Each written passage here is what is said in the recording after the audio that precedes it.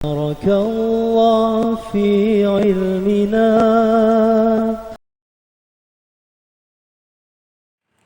Assalamualaikum warahmatullahi wabarakatuh. Kepada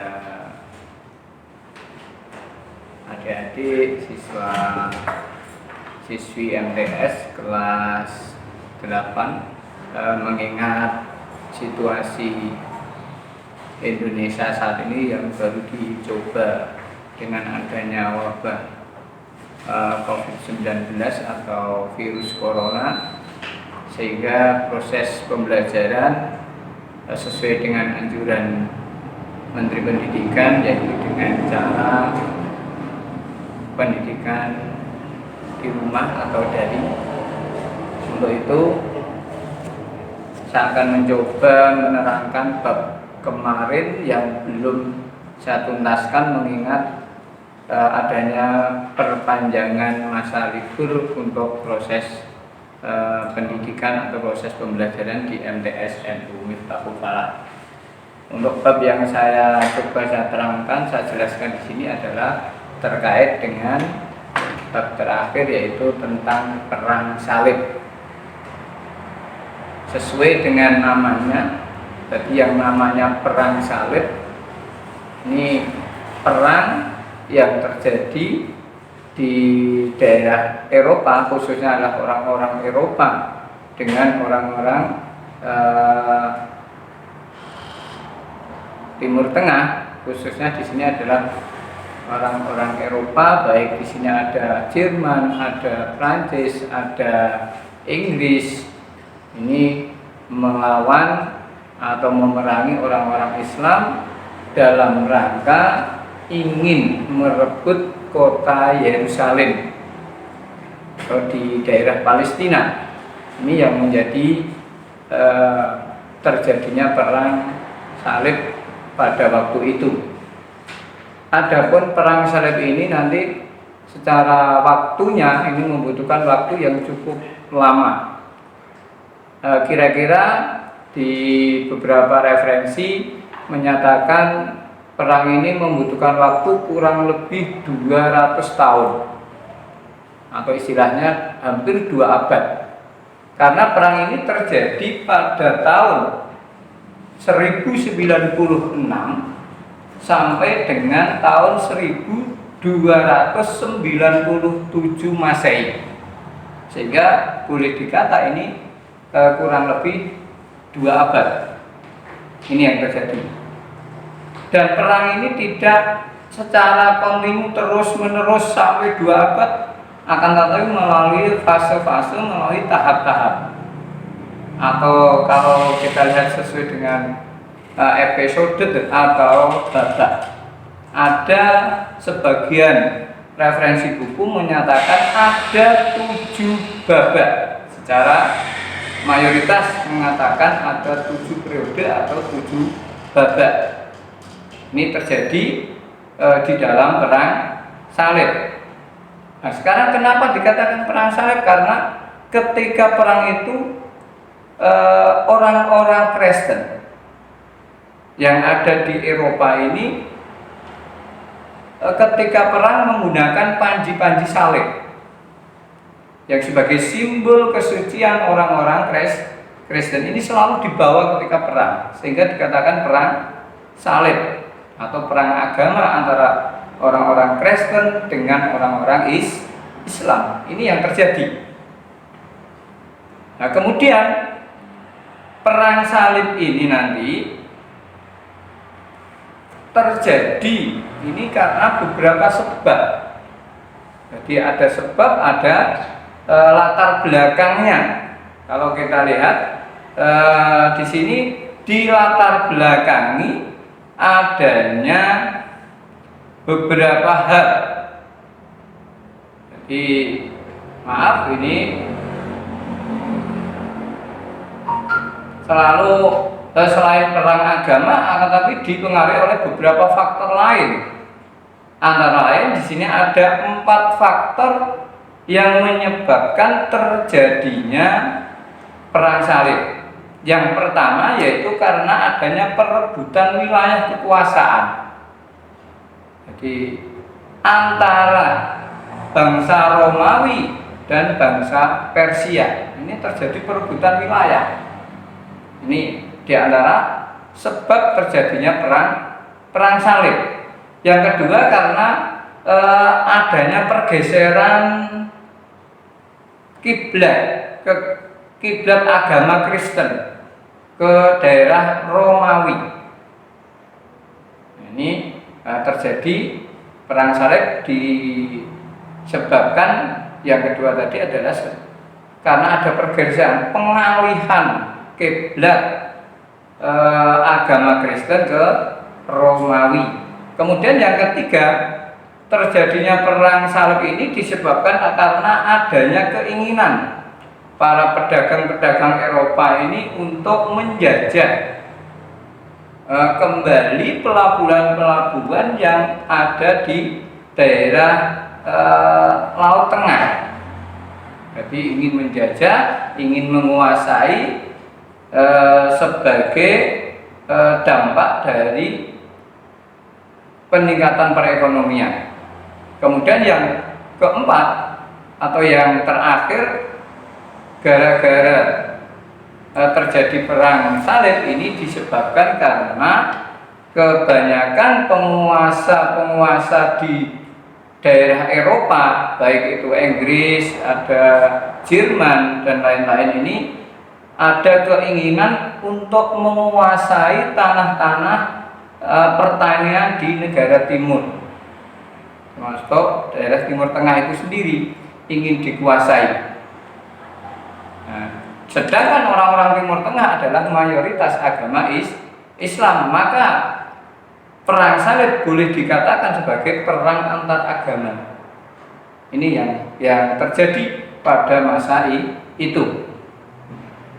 Ketujuh babak atau ketujuh periode perang itu nanti melalui tahapan-tahapan. Yang pertama, ketika perang salib yang pertama.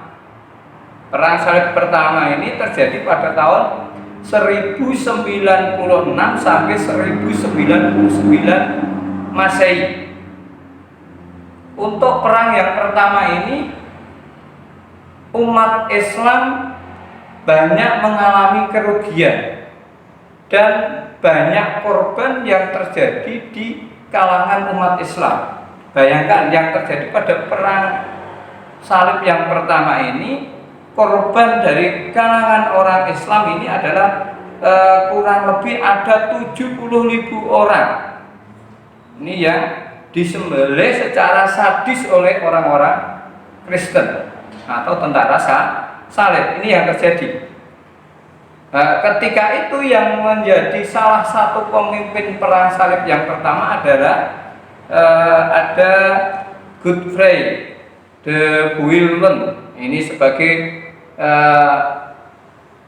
pemuka atau sebagai pemimpin perang salib yang pertama. Karena keberhasilannya, dia akhirnya dijadikan raja di Baitul Maqdis dengan gelarnya adalah pelindung makam Kristus.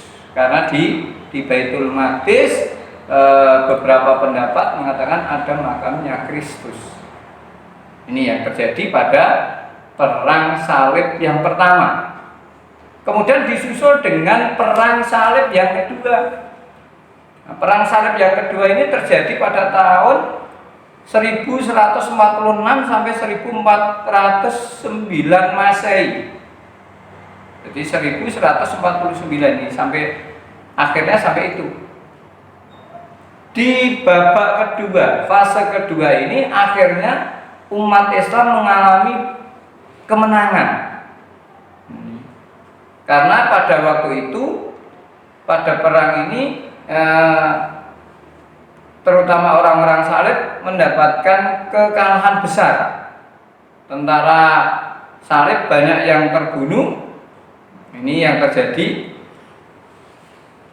Kemudian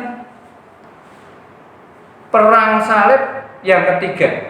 Ini ada sampai 7. Untuk perang salib yang ketiga ini terjadi pada tahun 1189 sampai 1192 Masehi. Ini perang salib yang ketiga ini cukup tambah besar pasukannya.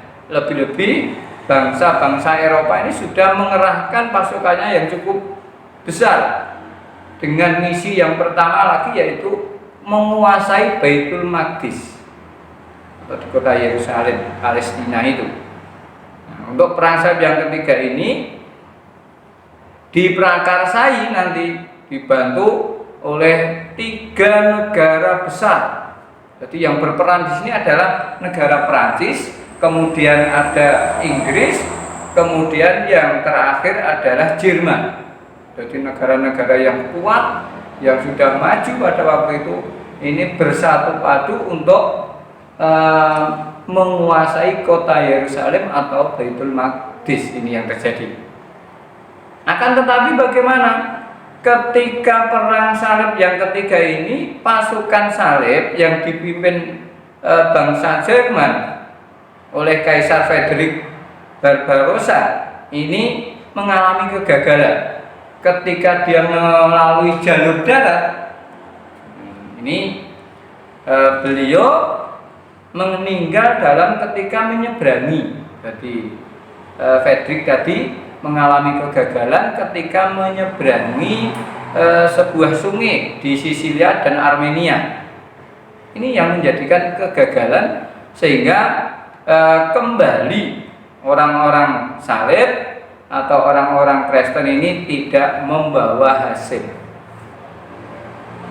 Tapi di kalangan umat Islam, di kalangan kita, ini ada catatan besar. Di perang salib yang ketiga ini, orang-orang Islam kehilangan seorang tokoh, seorang pahlawan yang mungkin tidak asing lagi di kalangan kita, yaitu yang namanya Sultan Salahuddin Yusuf Al-Ayyubi. Ini dalam keadaan sakit, beliau ini meninggal, tapi bukan dalam posisi perang. Tapi karena sakit, beliau meninggal tepatnya pada tanggal 12 November tahun 1192 Masehi. Ini sebagai catatan. Jadi ketika perang tahap ketiga ini, tokoh kita yang namanya Salahuddin Yusuf Al-Ayyubi yang tidak diragukan lagi tingkat keberaniannya, keperwiraannya, toleransinya, ini mengalami yang namanya wafat. Ini yang terjadi. Kemudian disusul perang salib yang keempat. Nah, perang salib yang keempat ini terjadi pada tahun 1202 sampai 1204. Membutuhkan waktu sekitar 2 tahun. Ini terjadi. Perang terjadi ini sudah tahap keempat ini sama, yaitu ingin menguasai Baitul Maqdis lagi. Jadi untuk mencapai itu harus orang-orang salib bisa menguasai pemerintahan yang ada di Mesir, karena tulang punggung pemerintahan yang kuat pada waktu adalah pusatnya di daerah Mesir. Ini yang terjadi. Akhirnya pada kesimpulannya perang salib ini hanya menghasilkan perjanjian. Jadi antara kedua pihak ini tidak terjadi yang namanya kontak senjata secara sadis, tapi menghasilkan hanya sebuah perjanjian yang berbunyi mempermudah orang-orang Kristen untuk berziarah ke Baitul Maqdis, sehingga kedua pihak tidak terjadi permusuhan. Hanya perjanjian orang-orang Kristen mau ke ziarah ke Baitul Maqdis ini dipersilahkan. Kemudian perang salib yang selanjutnya ada perang salib yang kelima. Perang salib yang kelima ini pasukan salib ini berusaha keras ingin menguasai Mesir sebagai pusat kekuatan Islam pada waktu itu. Yang pada waktu itu Mesir dipimpin oleh Sultan Malik Al-Kamil, atau terkenal dengan Al-Kamil, putra dari Al-Adil. Ini kemudian hampir mengalami kekalahan orang-orang Islam. Tapi pada waktu itu Al-Kamil mempunyai strategi baru, yaitu membuka semua pintu air. Jadi pintu air Sungai Nil di daerah Mesir ini dibuka. Dampaknya apa?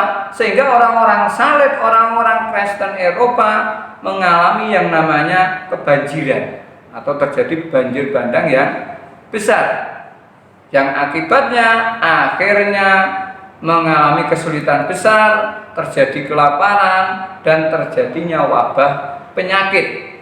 Nah, sehingga orang-orang Kristen, saya ulangi lagi, kembali ke wilayah Eropa dengan hampa, tidak mengalami kemenangan.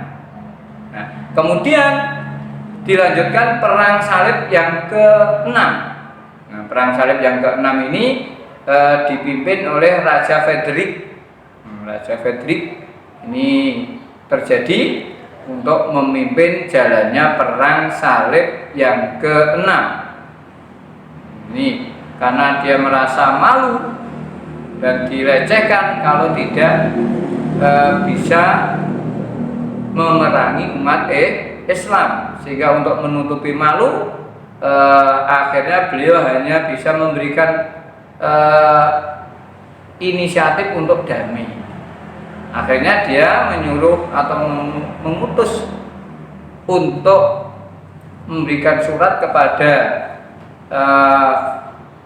pimpinan Islam pada waktu itu di Mesir untuk melakukan semacam keinginan, yaitu ziarah. Diperbolehkan ziarah ke Baitul Maqdis, tidak terjadi kontak senjata. Ini untuk yang ke-6 karena sudah mengakui kekuatan umat Islam.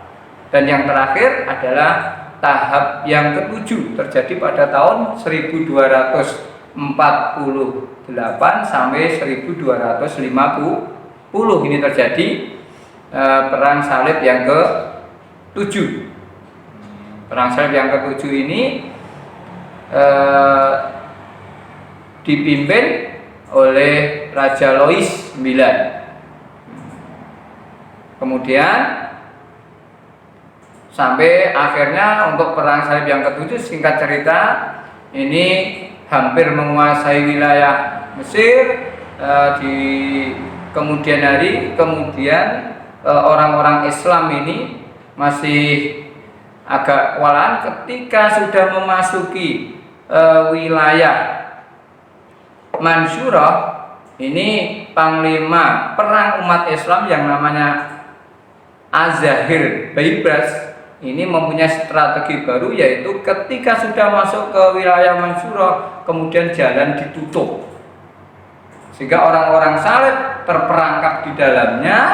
Ini akhirnya orang-orang salib, saya ulangi lagi, menyerah dan bersedia mengadakan perjanjian, tidak menyerang lagi wilayah Mesir atau wilayah orang-orang Islam, sudah terperangkap. Ini jadi mulai tahap 1 sampai tahap 7, kalau kita prosentase, orang-orang Islam banyak mengalami kemenangan. Akan tetapi yang namanya perang tetap ada korban, rugi di dalam sumber daya alamnya, termasuk juga mengeluarkan banyak materi dan juga banyak korban jiwa kedua belah pihak. Ini sekilas tentang perang salib yang terjadi pada waktu ada babak 1 atau tahap 1 sampai ke-7. Jadi akibat dari perang salib yang ada pada waktu itu memang telah menyita biaya, waktu, kemudian korban jiwa seperti yang saya sampaikan.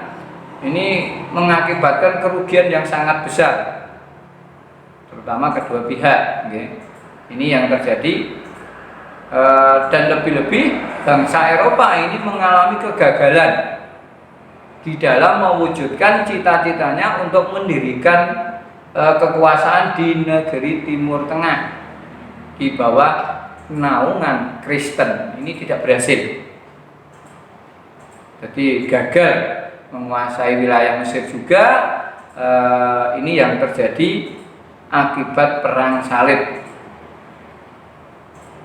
Nah, untuk itu di balik kegagalan itu kita bisa mengambil manfaat yang sangat besar dari kemajuan bagi bangsa itu. Di antara beberapa manfaat yang dapat diambil dari perang salib, yaitu ada 4. Pertama yaitu perang salib tidak mampu menciptakan kekuatan para penguasa di Eropa. Jadi kekuatan para penguasa bangsa Eropa ini tidak bisa diciptakan oleh orang-orang Eropa sendiri. Kemudian perang salib yang kedua ini mampu mengurangi laju proses penguasaan kota Konstantinopel. Kota Konstantinopel itu adalah kota pusat perdagangan yang menjadikan rebutan kedua belah pihak. Dan yang ketiga, perang salib menimbulkan peluang bagi bangsa Eropa untuk meningkatkan kemajuan, biar orang-orang Eropa meningkatkan kemajuannya untuk bisa mengalahkan atau bisa berkuasa di wilayah timur. Dan yang terakhir, untuk manfaat dari perang salib di sini adalah mampu membuka wawasan bangsa Eropa terhadap keberadaan bangsa di wilayah timur, tidak menyepelekan orang-orang Timur Tengah, khususnya orang-orang Islam. Untuk itu hanya ini yang bisa saya sampaikan di dalam proses pembelajaran daring jarak jauh lewat media, bisa dibuka di HP-nya masing-masing, bisa dibuka lewat laptop. Hanya itu yang bisa saya sampaikan. Kurang lebihnya saya minta maaf. Saya akhiri. Wallahul muwaffiq ila aqwamit thoriq. Assalamualaikum warahmatullahi wabarakatuh. بارك الله في عمرنا